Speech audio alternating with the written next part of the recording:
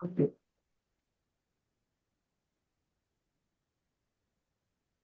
ఓం శ్రీ సద్గురుభ్యో నమః. అందరికీ నమస్కారం. ఈరోజు 25వ తారీఖు మంగళవారము, నవంబర్ నెల 2025వ సంవత్సరము.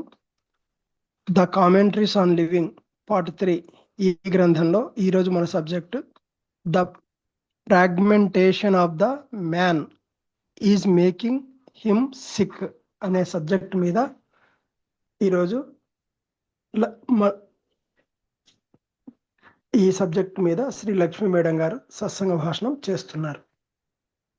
అంటే మనిషిని విడగొట్టడాలు, మీరు వేరు నేను వేరు, అది మనిషిని సిక్ చేస్తుంది, జబ్బుగా అని టాపిక్ అర్థం.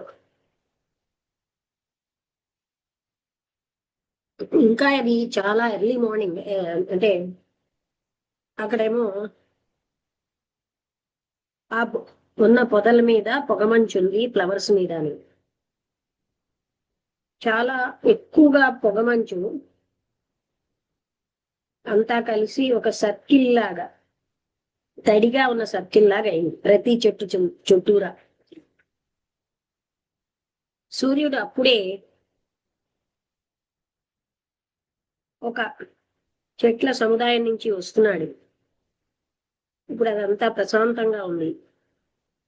ఆ పక్షులు ఆ రోజు కోసం అంతటా 4 వైపులకి వెళ్తున్నాయి. ఏరోప్లేన్ ఇంజిన్స్ అని వేడెక్కుతున్నాయి. వాటి యొక్క ధ్వని ఆ పొద్దున్న గాలి అంతా నింపేసింది. కానీ వెంటనే ఈ ఖండంలో వేరు వేరు భాగాలకి ఆ ఏరోప్లేన్స్ వెళ్ళిపోతాయి. కేవలంగా రోజు ఉన్న ఆ సౌండ్లు తప్ప టౌన్ లో ప్రతిదీ కూడా ప్రశాంతంగా ఉంది.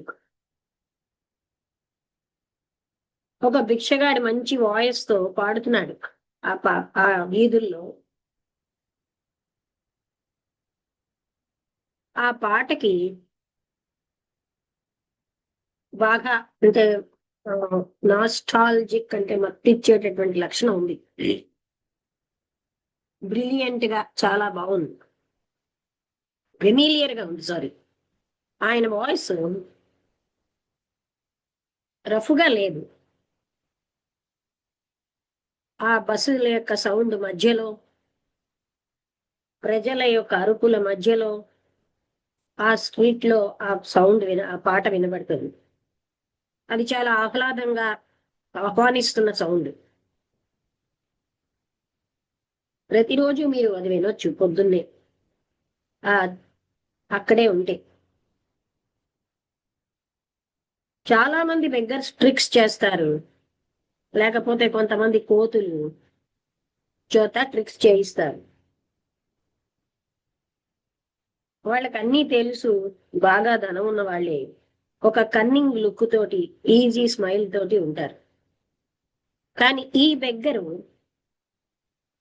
వేరే వ్యక్తి సంపూర్ణంగా. ఆయన ఒక సింపుల్ మనిషి. ఆయన దగ్గర ఒక పొడుగైన కర్ర ఉంది, చిరిగిపోయిన మురికి బట్టలు వేసుకున్నాడు. ఆయనకి ఏ నటనలు లేవు.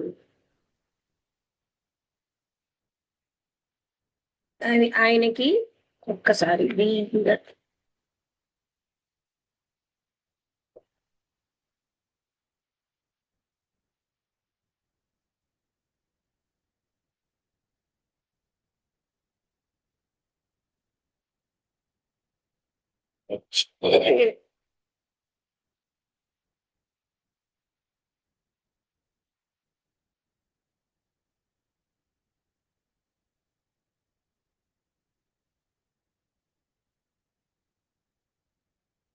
అంటే గొప్పలుగా, లేకపోతే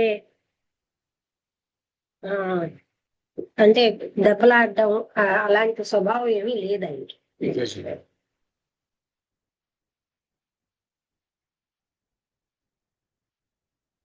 ఆయన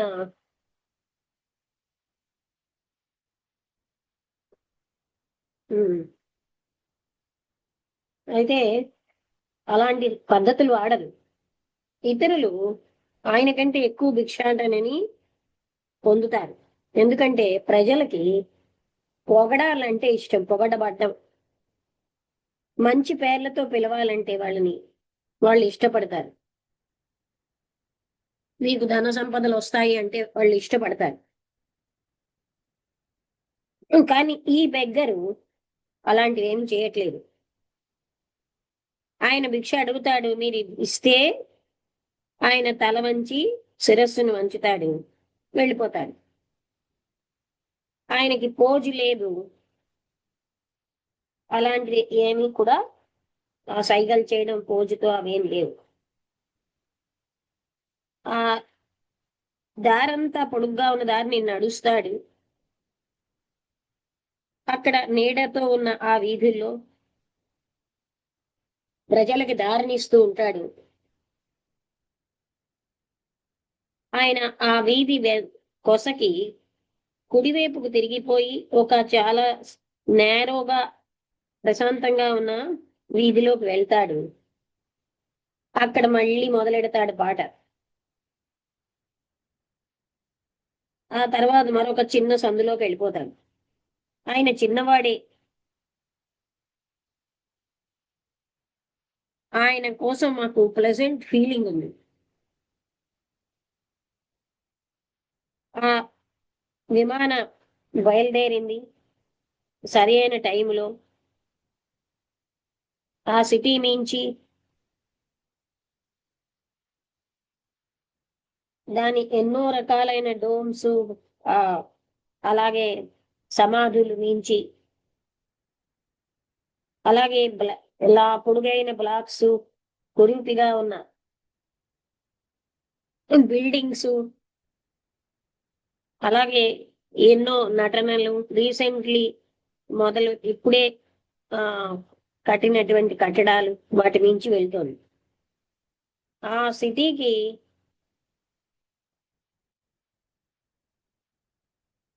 సిటీకి ఆవల ఒక నది ఉంది. అది ఓపెన్ గా ఉంది. దాని నీళ్లు కూడా లైట్ బ్లూ గ్రీన్ కలర్ తో ఉన్నాయి. ఆ విమానం దక్షిణ తూర్పు వైపు వెళ్తోంది. అంటే వీళ్ళందరూ విమానంలో ఉన్నారు. 6,000 అడుగులు ఎత్తుకెళ్ళిపోయారు.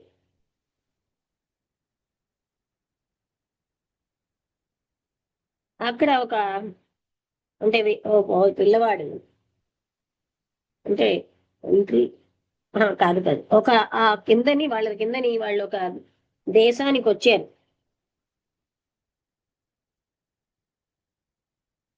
అక్కడ ఇర్రెగ్యులర్ గా ఉన్న కొన్ని గ్రీన్ ప్యాచెస్, బూడిద రంగువి కనబడుతున్నాయి.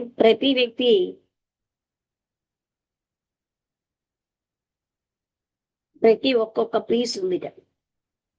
అంటే ప్రతి వ్యక్తికి భూమి.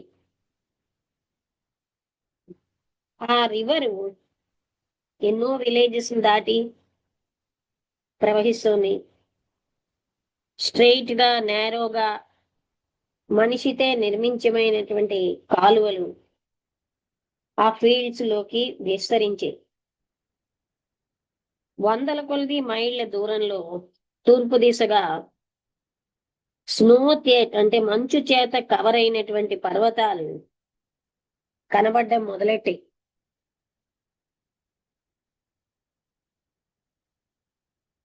అవి రోజ్ కలర్ అయినటువంటి కాంతితో ఇథీరియల్ గా, అంటే అన్రియల్ గాను ఉన్నాయి. అవి మొట్టమొదటిగా అక్కడ తేలుతున్నట్టు కనబడ్డాయి. అసలు అవి మౌంటైన్స్ అని కష్టం మీద నమ్మేటట్టు ఉన్నాయి. వాటికి చాలా సూదిగా ఉన్న శిఖరాలు, అలాగే వాటి మీద ఎంతో ఎక్కువ చెట్లు అన్ని ఉన్నాయి. భూమి యొక్క సర్ఫేస్ నుంచి ఆ దూరం కనబడదు. కానీ ఈ ఎత్తులోంచి అవి కనబడుతున్నాయి, చాలా సౌందర్యవంతంగా ఉన్నాయి. కళ్ళు మరలించలేనట్టుగా అనిపిస్తుంది. ఎందుకంటే వాటిని ఎక్కడ కోల్పోతాము, ఏ రెప్ప వేసినా అన్నట్టు ఉంది. వాటి సౌందర్యం, వైభవం అలా ఉన్నాయి. ఒక రేంజ్ నుంచి మరొక రేంజ్, ఒక వరుస నుంచి మరొకటి, ఒక శిఖరం నుంచి మరొక శిఖరం, ఆ నార్త్ ఈస్టర్న్ అంతా అది కవర్ చేస్తూ మేము మీదకి ఫ్లై అంటే ఎగురుతున్నా 2 గంటలు అవి అలాగే ఉన్నాయి. ఇది నమ్మడానికి అసఖ్యంగా, అంటే నమ్మేటట్టు లేదు.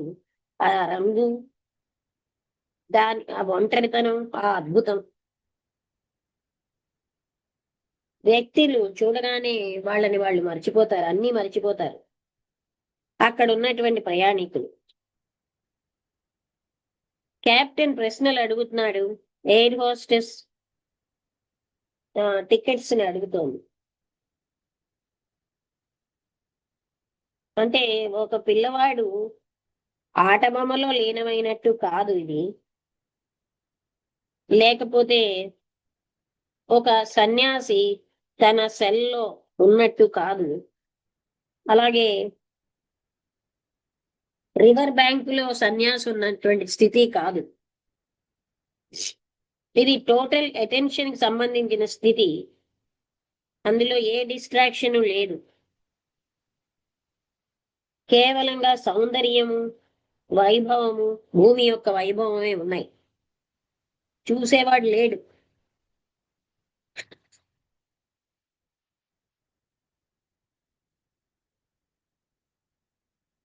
ఒక సైకాలజిస్టు, ఒక ఎనలిస్టు, ఒక ఎండి, ఆయన కొంచెం లావుగా ఉన్నాడు. ఈ ఎండి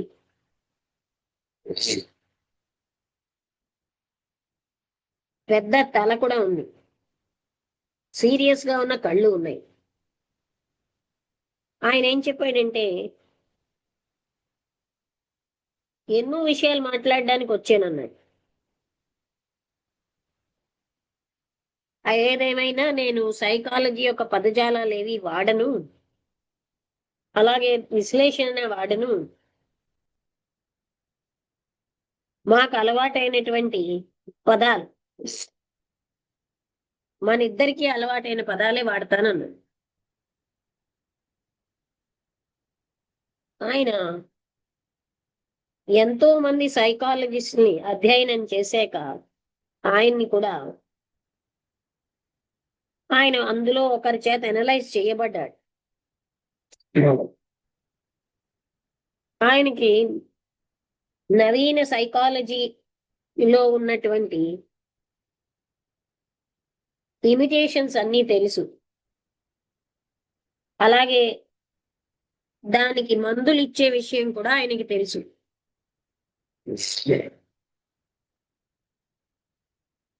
ఆయన అన్ని సమయాల్లో జయప్రదంగా అవ్వకపోయినా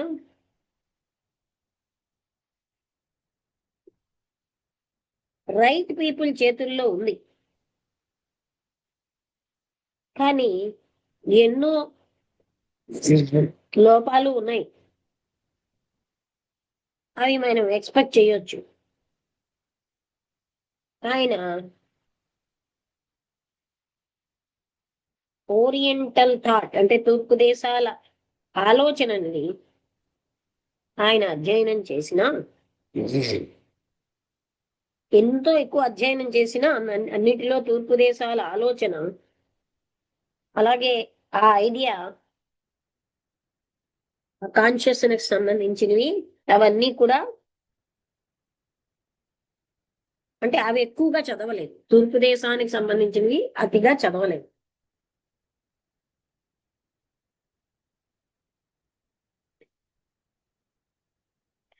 మొట్టమొదటిగా సబ్ కాన్షియస్ ని తెలుసుకున్నాక పశ్చిమ దేశాల్లో దాన్ని వివరించారు. ఏ యూనివర్సిటీకి దాంట్లో స్థలం లేదు. అటువంటి దాన్ని ఏ పుస్తకంలో ఏ పబ్లిషరు వేయడు. కానీ ఇక్కడ 2 శతాబ్దాలై ప్రతి ఒక్కరి నోటి మీద అంటే పెదవుల పైన ఆ పదం ఉంది. మనకి మాకేమిటి అంటే ప్రతిదీ మేము డిస్కవర్ చేసినట్టుగా మనం ఆలోచించడం మనకి ఇష్టం. ఈ ఓరియంట్ అంటే తూర్పు దేశాలదంతా కూడా మిస్టిసిజం యొక్క అడవి. అలాగే అదృశ్యమయ్యేటటువంటి రోప్ ట్రిక్స్ తో ఉంటుంది అన్నారు.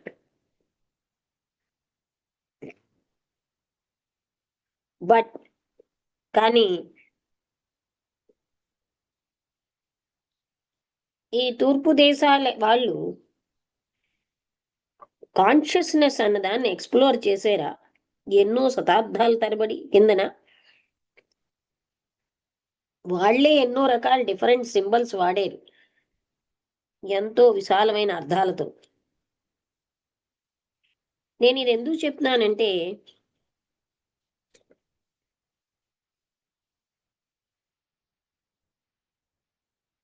నాకు నేర్చుకోవాలని ఆసక్తితో ఉన్నాను. ఈ మ్యాటర్లో నాకు ఏ రకమైన భేదం లేదు, అభిప్రాయాలు లేవు. మేము సైకాలజీ ఫీల్డ్లో స్పెషలిస్టమైన మేము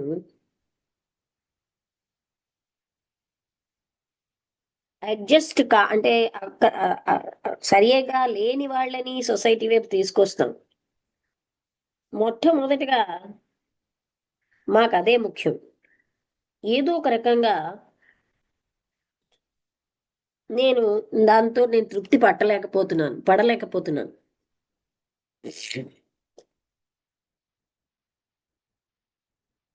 అందువల్ల కొన్ని పాయింట్స్కి వచ్చాను, అవి మీతో డిస్కస్ చేద్దామని. అంటే నేను తృప్తి పడలేకపోతున్నాను కదా, కొన్ని పాయింట్స్ తోని మీతో డిస్కస్ చేయాలని వచ్చాను. మేము సైకాలజిస్టులు అంతేనా చేయగలం?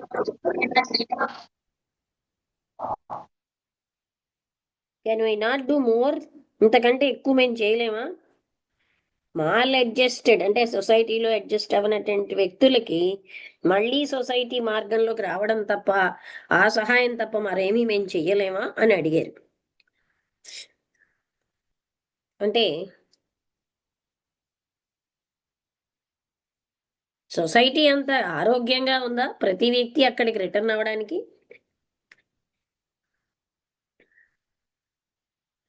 ఈ సొసైటీకే సహాయం చేయాలి కదా. అందులో ఇండివిజువల్ ఈ సొసైటీ ఈ హ్యాస్ నాట్ సొసైటీ అంటే సొసైటీ ఏం చేస్తోంది? మనిషిని అనారోగ్యంగా ఉండేటట్టు చేస్తోంది.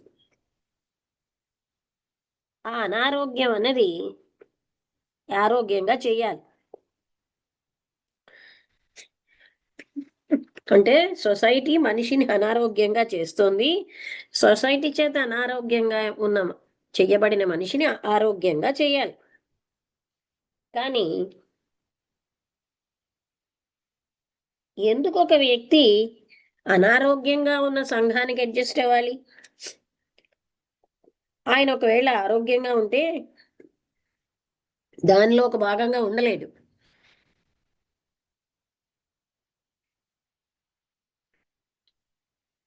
సొసైటీ యొక్క ఆరోగ్యాన్ని ప్రశ్నించకుండా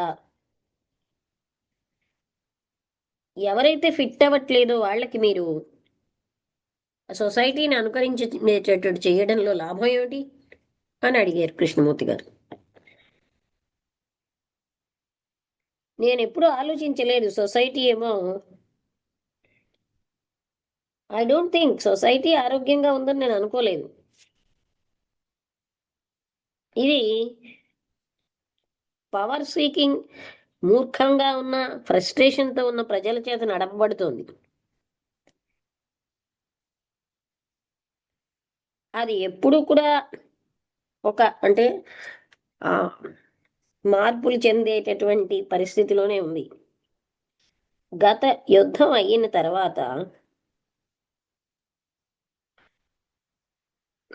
నేను సహాయం ఎందులో చేశానంటే,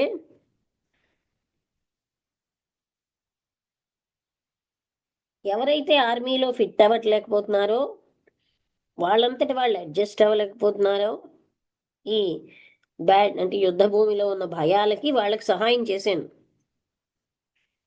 వాళ్ళు బహుశా రైటే, కానీ అక్కడ ఒక యుద్ధం ఉంది, అందులో జయం పొందాలి. ఎవరైతే కొంతమంది అందులో యుద్ధం చేశారో, మళ్ళీ బతికి ఉన్నారో, వాళ్ళకి సైకియాట్రిక్ హెల్ప్ అవసరం. మళ్ళీ వాళ్ళని సొసైటీలో వెనక్కి తీసుకురావాలి ఒక మంచి జాబ్లోకి.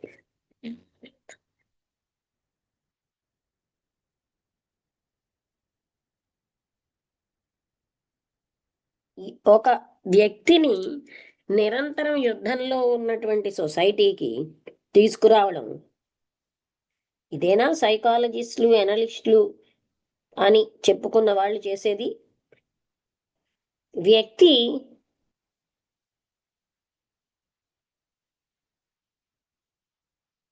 ఆయన్ని ఎందుకు బాగు చేయాలంటే ఆయన చంపడానికి, లేకపోతే చంపబడడానికి. అతను చంపబడకపోతే, ఆయన పిచ్చివాడైపోతే, అటువంటి వాడిని ఈ అంటే అతన్ని ద్వేషము, అసూయ, ఆశయం, మూర్ఖత్వం అనే వాటిలోకి, ఇవన్నీ సైంటిఫిక్ అని మనం చెప్తున్న దాంట్లోకి తీసుకురావాలి. అంటే అతను అన్నారు, నేను ఒప్పుకుంటాను సొసైటీ ఎలా ఉండాలో అలా లేదు, కానీ మేము ఏం చేయగలం, మీరేం చేయగలరు? మీరు సొసైటీలోంచి బయటకు వెళ్ళిపోలేరు. మీరు దానిలోనే పనిచేయాలి, అందులోనే మీ ఆర్జన చేయాలి, అందులోనే బాధపడాలి, చనిపోవాలి. మీరు అందులోంచి బయటకు వచ్చి లేరు. ఎవరైతే కొంతమంది అందులోంచి విత్డ్రా అయిపోయి వాళ్ళ ముక్తి కోసం చూసుకున్నారో, అలాగ మనం బయటకు వచ్చేలేం. మీరు అది ఎలా ఉన్నా దాన్ని రక్షించాలి, సొసైటీని అని ఆయన అన్నారు. సొసైటీ అంటే ఏంటి? మనిషికి మనిషికి ఉన్న సంబంధం. దాని స్ట్రక్చర్ అన్నది అక్కడ ఉన్నటువంటి కంపల్షన్స్, ఆశయాలు, ద్వేషాలు, గొప్పలు, అసూయలు, ఇవన్నీ కలిపిన క్లిష్టత, డామినేట్ చేయాలని, ఫాలో అవ్వాలని వీటన్నిటితో ఉన్నది. ఒకవేళ వ్యక్తి ఈ కరప్టివ్గా ఉన్న స్ట్రక్చర్లోని బ్రేక్ చేసుకుని బయటకి రాకపోతే ఆయనకి మౌలికమైన విలువ ఉంటుందా? ఈ ఫిజీషియన్స్ అంటే హెల్ప్ చేసే దాంట్లో ఏమైనా విలువ ఉంటుందా? మళ్ళీ ఆయన కరప్ట్ అయిపోతాడు. అయితే ఒక డాక్టర్ గారు హీల్ చేయాల్సిన కర్తవ్యం ఉంటుంది. మేము సంఘ సంస్కరణలు చేసేవాళ్ళం కాదు. ఆ డిపార్ట్మెంట్ అన్నది సాంఘికవేత్తలకు సంబంధించింది. అంటే కృష్ణమూర్తి గారు అంటున్నారు, జీవితం అన్నది ఒక్కటే, దాన్ని మీరు ముక్కలుగా చేయకండి, దాన్ని అలాగా డిపార్ట్మెంట్లుగా విడగొట్టకూడదు. మనిషి యొక్క సంపూర్ణత్వంతో మనకు సంబంధం ఉంది. ఆయన పని, ఆయన ప్రేమ, ఆయన ప్రవర్తన, ఆయన ఆరోగ్యం, ఆయన మృత్యువు, ఆయన భగవంతుడు. అలాగే యాటమిక్ బాంబు, ఈ ముక్కలు చేయడం అనేది అదే మనిషిని జబ్బు పడేటట్టు చేస్తుంది. అంటే ఇలాగ విభాగాలు చేయడం. కొంతమంది దీన్ని రియలైజ్ చేశారు, కానీ మేమేం చేయగలం? మేమే సంపూర్ణమైన వ్యక్తులం కాదు. ఆ ఓవరాల్ అవుట్లుక్తో సమాఖ్యమైన డ్రైవ్ తోటి లక్ష్యంతో మేమే కాదు, మేము ఒక పార్ట్ ని బాగు చేస్తున్నాం. ఆ మిగతాదంతా కూడా వినాశనం అయిపోతుంది. డీప్గా కుళ్ళిపోయినది మొత్తాన్ని పాడు చేస్తుంది. కానీ మేమేం చేయలేం. మేం చేయగలం. ఒక డాక్టర్గా నా కర్తవ్యం ఏమిటి?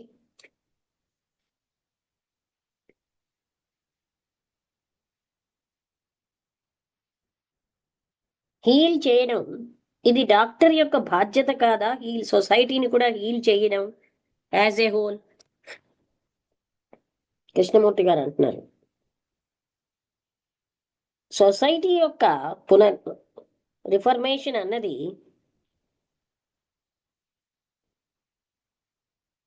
ఈ సొసైటీ యొక్క విధానంలో ఒక రకమైన విప్లవం వస్తే గాని జరగదు.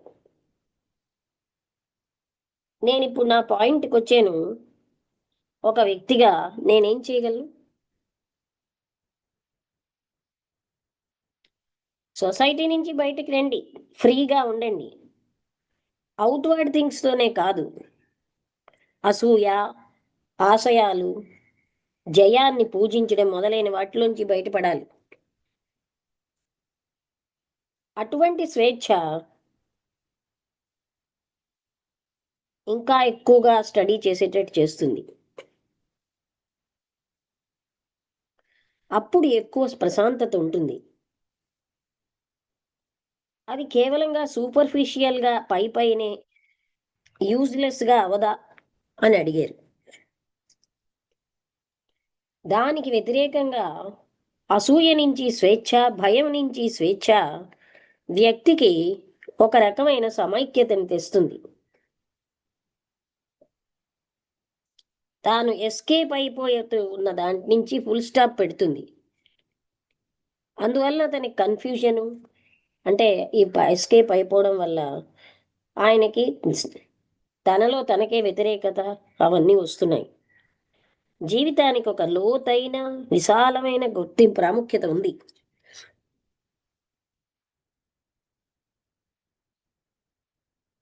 ఒక పరిమితమైన తెలివికి ఈ ఎస్కేప్ అవడాలు కొన్ని లాభదాయకం కాదా?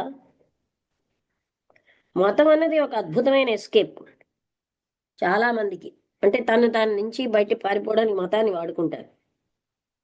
అది వాళ్ళకి చాలా ప్రాముఖ్యతనిస్తుంది. ఎంత భ్రాంతిదైనా, లేకపోతే వాళ్ళ ఉనికే లేకుండా అయిపోతుంది. అదే విధంగా సినిమాస్, రొమాంటిక్ నావెల్స్, అలాగే కొన్ని డ్రగ్స్, ఇవన్నీ కూడా ఇలాంటి వాటిని మీరు ఎంకరేజ్ చేస్తారా ఎస్కేప్ కి? ఇంటెలెక్చువల్స్ వాళ్ళకి వాళ్ళ ఎస్కేప్స్ ఉన్నాయి. స్థూలంగా, సూక్ష్మంగా ప్రతి వ్యక్తికి కూడా బ్లైండ్ స్పాట్స్ ఉంటాయి. అలాంటి ప్రజలు వాళ్ళు ఎంతో మంచి పవర్ ఉన్న పొజిషన్ లో ఉంటారు. వాళ్ళ వల్ల ఇంకా బాధ, దుఃఖం వస్తున్నాయి. మతం సిద్ధాంతాలకు సంబంధించి, నమ్మకాలకు సంబంధించిందే కాదు, లేకపోతే కర్మకాండలకి, మూర్ఖత్వాలకి, లేకపోతే అది వ్యక్తిగతమైనటువంటి ముక్తికి సంబంధించింది కాదు. అది కూడా వ్యక్తిగతమైన ముక్తి కూడా స్వార్థపూరితమైన పని. రిలీజన్ అన్నది మానవుడి యొక్క సంపూర్ణమైన విధానం, జీవించే విధానం. అదేమిటి అంటే సత్యాన్ని అవగాహన చేసుకోవడమే రిలీజన్. మనస్సు యొక్క ప్రొజెక్షన్ కాదది.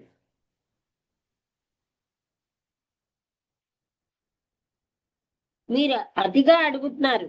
ఒక సామాన్యమైన మనిషి నుంచి అతిగా మీరు అడుగుతున్నారు. ఆయనకి వినోదాలు కావాలి, ఎస్కేప్స్ కావాలి, ఆయనకి తృప్తికరమైన మతం కావాలి, ఆయన్ని ఫాలో అయ్యేవాళ్ళు, ద్వేషించే వాళ్ళు ఉండాలి. మీరేం చెప్తున్నారంటే ఎలాంటి డిమాండ్స్ చెప్తున్నారంటే వేరే రకమైనటువంటి విద్య, ఒక వేరే రకమైనటువంటి ప్రపంచం, సొసైటీ ఉండాలి. మన పాలిటీషియన్స్ కానీ, రాజకీయవేత్తలు కానీ, యావరేజ్ గా చదువుకున్న వాళ్ళు కానీ ఇటువంటి విశాలమైన విజన్ని తేలేరు. విజన్ అంటే ఇటువంటి దాన్ని మనుష్యులకు అలవాటైపోయింది. మనిషికి చాలా కాలంగా దుఃఖంలోనే ఉండడం, బాధలోని. ఆయన ఒక సమైక్యమైన తెలివైన వ్యక్తిగా బయటపడడానికి ముందు ఆయన చాలా కాలం దుఃఖము, బాధలోనే ఉంటాడు. ఆ క్షణానికి అంటే ఒక క్షణం పాటు, అది నా ఉద్దేశ్యం కాదు. నా ఉద్దేశం ఏంటంటే వ్యక్తి హ్యూమన్ రెక్స్ అంటే మనుషులు ఇలాగా పాడైపోయి I cannot do a great deal అంటే అలాంటి వాళ్ళని నేను ఏం చేయలేను. ఈ దుఃఖ సముద్రంలో అది చాలా చిన్న పని. మీరు చెప్పినట్టుగా నేను ఒక రకమైనటువంటి సమైక్యమైన స్టేట్ని నాలో నేను తెచ్చుకోవాలి. అది చాలా కష్టమైన విషయం. ఇంకొక విషయం ఉంది వ్యక్తిగత స్వభావంలో, నేను అది మీతో మాట్లాడదలుచుకుంటున్నాను. మీరు చెప్పినట్టుగా జలసి, అసూయ కోసం మీరు చెప్పినట్టుగా నేను గ్రహించే నాకు అసూయ ఉంది. నన్ను రియలైజ్ చేసుకోవడానికి ఎలా చేసినా ఎంతో మందిలాగా ఆ అసూయను దాటి నేను వెళ్ళలేకపోతున్నాను. అది నేను ఒప్పుకోవడానికి చాలా సిగ్గుగా ఉంది, కానీ అసూయ ఉంది. స్వల్ప జలసి నుంచి చాలా కాంప్లెక్స్ రూపాల వరకు ఉంది. దాన్ని ఏమీ నేను చెల్లింప చేయలేకపోతున్నాను.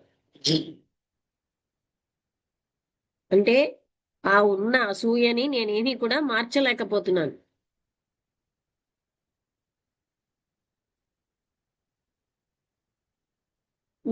అంటే మనస్సు అన్నది